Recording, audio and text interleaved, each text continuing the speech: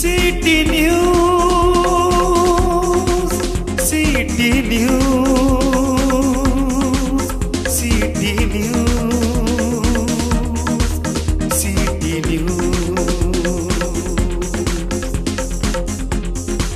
चाळीसगाव तालुक्यातील वडाळा येथील भाजपा पदाधिकारी कार्यकर्ते सहकार क्षेत्रातील पदाधिकारी यांनी आज माजी महसूल मंत्री मान्य एकनाथराव खडसे, जळगाव जिल्हा मध्यवर्ती सहकारी बँकेच्या अध्यक्षा मान्य रोहिणीताई खडसे खेवलकर यांच्या हस्ते राष्ट्रवादी काँग्रेस पक्षात प्रवेश केला आहे। यामध्ये नारायण हरी अहिरराव माजी सरपंच, हिलाल देवराम अहिरराव माजी सरपंच, युवराज कौतिक अहिरराव माजी विकासो चेअरमन, दत्तू मधुकर पाटील, संजय हिम्मतराव अहिरराव, विकास मधुकर आमले, हिरकनाबाई पाटील, गायत्री पाटील, लक्ष्मीबाई पाटील, रंजना पाटील, अनिता पाटील, किशोर आमले, भोजराज आमले, शिंपी सर, कुणाल पाटील, सतीश पाटील या प्रमुख पदाधिकाऱ्यांसह त्यांच्या सुमारे 100 कार्यकर्त्यांनी राष्ट्रवादी काँग्रेस पक्षात प्रवेश केला आहे। यावेळी मार्गदर्शन करताना मान्य एकनाथराव खडसे म्हणाले, पाटबंधारे मंत्री असताना चाळीसगाव तालुक्यात आणि परिसरात अनेक लहान मोठी धरणे मंजूर केली, त्यामुळे तालुक्यात बागायती क्षेत्र वाढले, पिण्याचा पाण्याचा प्रश्न मिटला। कृषी मंत्री असताना निंबू वर्गीय फळ संशोधन केंद्र मंजूर केले, ते पूर्णत्वास न्यायचे आहे, त्यासाठी मी परत पाठपुरावा करणार आहे, अशा शब्दात त्यांनी आपले मनोगत व्यक्त केले। तसेच त्यांनी राष्ट्रवादी काँग्रेस पक्षात प्रवेश केल्याबद्दल उपस्थित सर्वांचे अभिनंदन केले।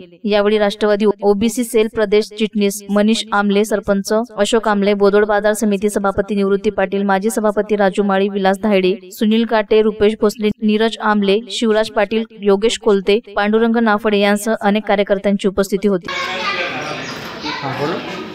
मी युवराज कौतिक अहिरराव, चाळीसगाव मतदारसंघातून वडाळी ग्रामस्थ गावातून आम्ही 15 वर्षापासून श्री एकनाथजी खडसे नाथाभाऊ यांच्या पाठीमागे होतो। भाजप आणि भाजपात त्यांना प्रवास केला त्या दिवसापासून आम्ही तिथंच होतो, परंतु त्यांना भाजपात न्याय न मिळाल्यामुळं आणि शरदचंद्रजी शेखर साहेबांकडून त्यांना न्याय मिळाल्याबद्दल आणि त्यांचे आम्ही जिथे नाथाभाऊ जाणार तिथंच आम्ही तिकडे प्रवेश करणार, बाकीचा पक्षाशी आम्हाला काहीही संबंध येत नाही।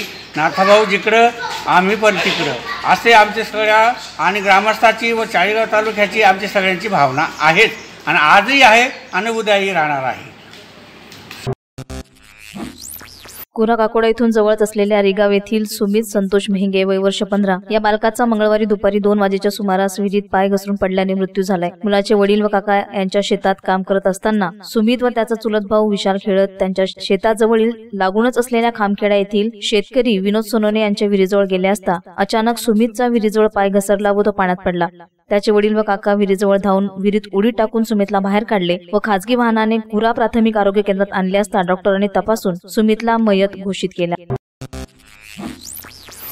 भुसावळ शहरातील रस्त्यांची आधीच दयनीय अवस्था झालेली आहे, त्यात रिक्षा चालकांनी रस्त्यावरती रिक्षा उभा केल्याने वाहतुकीला अडथळा निर्माण होत आहे। यामुळे आज भुसावळचे डीवायएसपी मान्य सोमनाथ वागचौरे यांच्या मार्गदर्शनाखाली रिक्षा चालक मालक यांची बैठक भुसावळ पोलीस ठाण्यामध्ये घेण्यात आली। यावेळी रिक्षा चालक मालकांना संबोधित करताना वागचौरे म्हणाले की आरटीओचे नियमांचे रिक्षा चालकांनी काटेकोरपणे पालन केले पाहिजे। ज्या ठिकाणी रिक्षा स्टॉप आहे त्याच ठिकाणी रिक्षा थांबवण्यात येतील, रस्त्यावरती रिक्षा लावून वाहतुकीला अडथळा होणार नाही याची दखल रिक्षा चालकाने घेतली पाहिजे, असे मत वागचौरे यांनी यावेळी व्यक्त केले आहे।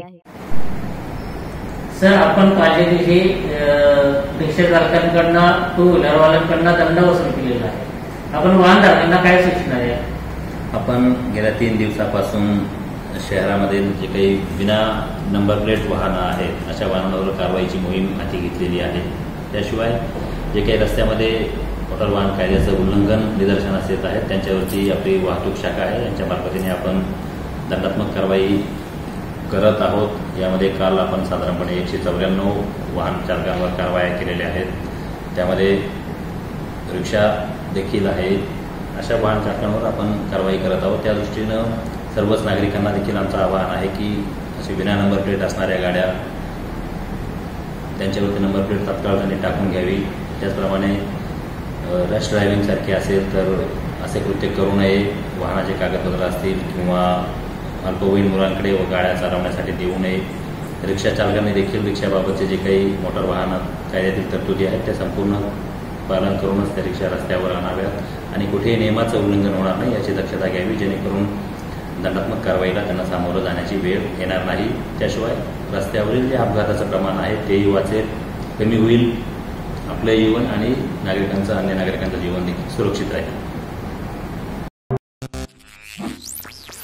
रावेर तालुक्यातील खिरोदा गावात एका तरुण शेतकऱ्याने कर्जबाजारीपणामुळे शेताजवळ असलेल्या तलावात उडी घेऊन आत्महत्या केल्याने खळबळ उडाली आहे. हर्षल भागवत पाटील वय वर्ष 26 असं आत्महत्या केलेल्या शेतकऱ्याचं नाव असून हर्षल पाटील याने 6 एकर जमिनीमध्ये कपाशीची लागवड केली होती. मात्र फक्त 2 क्विंटल कापूस त्याच्या शेतात झाला. त्यामुळे शेतीसाठी बँकेचे काढलेले कर्ज कसं फेडायचं या विवंचनेत हर्षल पाटील या तरुण शेतकऱ्याने आत्महत्या केल्याचं कुटुंबियांनी म्हटलं आहे. विशेष म्हणजे 7 जानेवारीला हर्षल पाटील या शेतकऱ्याचा विवाह होणार होता. मात्र यापूर्वीच हर्षल पाटील याने आत्महत्या केल्याने खिरोदा गावात शोककळा पसरली आहे.